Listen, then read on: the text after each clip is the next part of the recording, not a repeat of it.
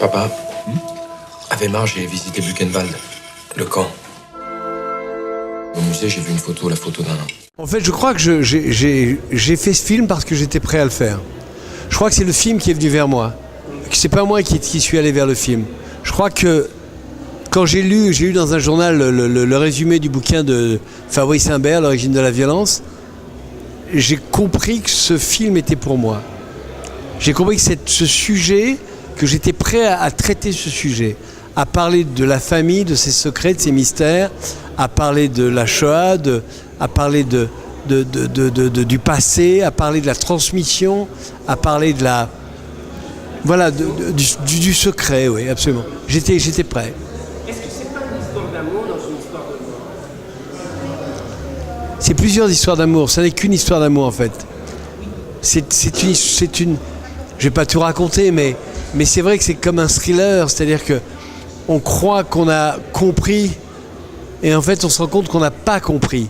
On croit qu'on a la résolution et en fait on se rend compte que non, on ne l'a pas encore.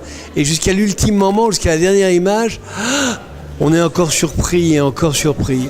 Et c'est ce qui fait que ce film ressemble à un cœur qui bat. C'est-à-dire que c'est comme un mouvement naturel avec ses surprises. C'est comme un corps un être qui rencontre la vie et ses surprises. C'est-à-dire qu'on ne sait jamais ce qui va se passer dans 2 minutes. On va finir notre interview, je peux faire quelque chose d'absolument extraordinaire ou ne rien faire ou aller me coucher. Donc si vous voulez, c'est un peu ça le rythme du film, le rythme de cette histoire. Sur la même photo, derrière lui, il y avait un déporté qui... Ouais? Quoi? Non, rien, c'est... Il te ressemble. Mais tellement. C'est fou, les ressemblances, hein. Hasard et coïncidence? Oui, j'ai envie de dire, oui, c'est hasard, coïncidence, destin, mystère de la vie, malentendu, enfin tout ce qui fait, tout ce qui fabrique nos existences avec ce qu'il y a là d'extraordinaire, de généreux, de magnifique et de violente et de terrible parfois. Est-ce que c'est pas aussi, on a l'impression que c'est un résumé de votre œuvre? C'est ce que vous avez toujours cherché, ce que vous avez toujours dit, que ce soit de manière intérieure, paroles et musique, etc. On retrouve tout ça, quoi. Absolument. C'est-à-dire que il y a toutes mes préoccupations, depuis toujours.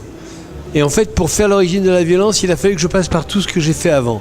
Par des choses plus légères, les marmottes, mais qui sont des histoires de famille, par paroles et musique, par qu'est-ce qui fait courir David, des histoires de famille, par celle que j'aime aussi, qui est une histoire de famille, et aussi par des films plus graves qui sont au Jérusalem, Harrison Flowers, parce que c'est un peu comment dire, et même Man on Fire dans le côté thriller, c'est un peu la somme de tout mon travail qui m'a permis de faire l'origine de la violence. Si je prendrais l'image, on aurait l'impression que vous gravissez une montagne, vous savez, comme un sage, comme tout disciple, quoi, puis qui fait des films, qui se trompe, qui se trompe pas, qui va sur d'autres genres, etc., et qui arrive au sommet, et le sommet, c'est ce film. C'est gentil. C'est gentil de me dire que c'est un sommet. J'espère que je vais rester là-haut. Mais il y a un peu de ça. Il y a un peu de ça. C'est-à-dire que, et vous savez, c'est comme l'histoire du Sphinx et de son mystère. C'est-à-dire, qu'est-ce qui marche le matin à 4 pattes, ensuite qui va avec 2 pattes, et ensuite qui est avec 3 pattes et qui refinit. C'est l'histoire de nos vies. Disons que là, je suis presque sur mes 3 pattes. Mais je suis adulte et mature. Je sais ce que j'ai envie de raconter et je sais comment le raconter. En même temps, vous posez une question qui a été posée dans Surprise Poète, et qui se pose de plus en plus, c'est qu'on ne comprend pas pourquoi. Et que vous dites dans le film qu'on n'aura jamais la réponse. On ne comprendra jamais pourquoi on en a arrivé à ça. Non. Je pense que, écoutez, vous savez, moi j'ai lu 1000 livres sur cette période du XXe siècle, des livres passionnants, intelligents, des témoignages, et je n'arrive pas, des livres qui ont approché, qui ont donné des tentatives d'explication, mais je ne sais pas si tu es d'accord avec moi, parce que toi aussi tu as beaucoup lu, j'ai jamais réussi en fait à comprendre ce qui s'était passé, à comprendre comment cette énorme machine avait pu à la face du monde se mettre en marche, une machine de destruction. Comment est-ce une bande de givrés complets, de fous, avait pu entraîner un peuple comme le peuple allemand dans cette violence génocidaire, c'est incompréhensible pour moi.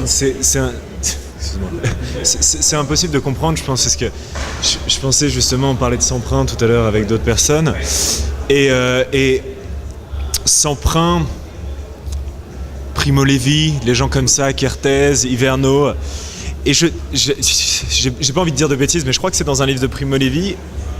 Je sais pas si c'est La Trêve ou si c'est un homme.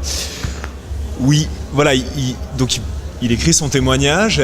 Et c'est une scène, c'est une image où il est au milieu des camps de concentration, au milieu de cet enfer, et il voit des amis à lui, des proches tomber, les uns après les autres.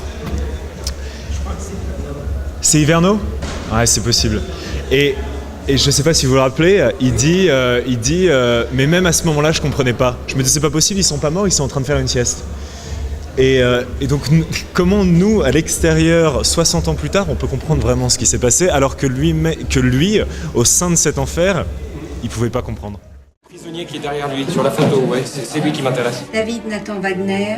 Mais c'est David, votre grand-père. Depuis que t'as trouvé la photo de cet homme, Pardon, est-ce que tu viens de dire cet homme-là? David Nathan Wagner, c'est ça? quel que soit son nom, Mais papa, David Nathan Wagner est ton père. Choisi César pour faire le film, et c'est le film qui a choisi César. C'est le film qui m'a dit, j'ai commencé le film, il avait 16 ans. Je pensais même pas qu'un jour il pourrait l'interpréter. Et puis le temps a passé, j'ai commencé à mettre le film en production et j'ai commencé à faire le casting. Et à un moment donné, je l'ai vu, il prenait des cours de théâtre, il voulait être comédien. Je me suis dit, mais bien sûr, je raconte une histoire de filiation, une histoire de mémoire. Et mon fils est là, oui. Alors c'était un risque énorme, hein, parce que je me suis dit, je tremblais, peut-être plus que lui, ou autant que lui en tout cas, parce que je me disais, mais est-ce qu'il va être à la hauteur? Voilà, bon, maintenant je l'ai vu maintenant, je peux dire qu'il est à la hauteur, largement. Mais si vous voulez, c'est vrai qu'au début, c'était tout ce qui paraît aujourd'hui évident, ne l'était pas. Voilà. Mais encore une fois, c'est toujours le film qui choisit. C'est très difficile.